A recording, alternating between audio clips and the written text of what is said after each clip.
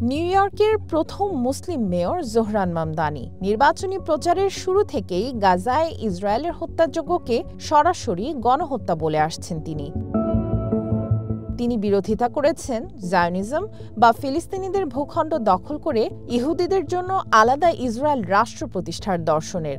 ফিলিস্তিনের পক্ষে তার অবস্থানও ছিল একদম পরিষ্কার।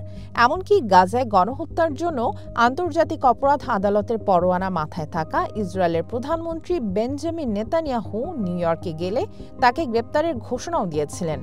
আর এতেই চক্ষুশূল হন ইসরায়েলের কট্টর ডানপন্থী রাজনীতিবিদদের।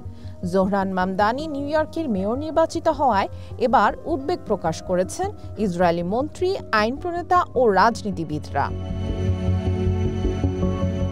মামদানির বক্তব্যকে ইসরায়েল বিরোধী ও ইহুদি বিরোধী আখ্যা দিয়ে দেশটির গণমাধ্যম দ্য জেরুজালেম পোস্টকে তার জয় গভীরভাবে উদ্বেগজনক দাবি করেছেন ইসরায়েলের উপপররাষ্ট্রমন্ত্রী শ্যারন হ্যাস্কেল।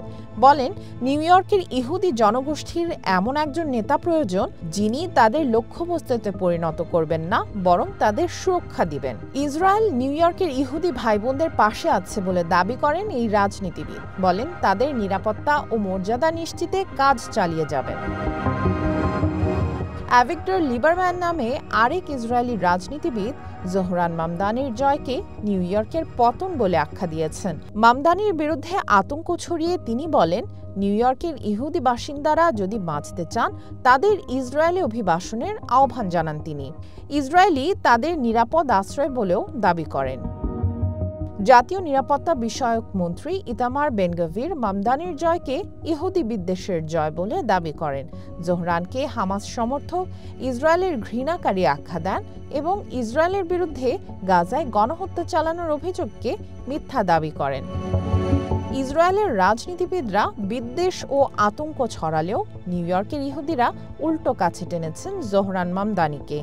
নির্বাচনী প্রচারের সময় ৩৪ বছর বয়সী এই ভারতীয় বংশোদ্ভূত মুসলিমকে অকুণ্ঠ সমর্থন জানিয়েছেন নিউ ইয়র্কের ইহুদিরা। তাই মামদানির জয় নিউ ইয়র্কের ইহুদিদের জন্য জয় হলেও ইসরায়েলের জন্য পরাজয় বয়ে এনেছে বলেই মনে করছেন বিশ্লেষকরা। সামিয়া জান্নাহ, ওয়ান ইন্টারন্যাশনাল ডেস্ক।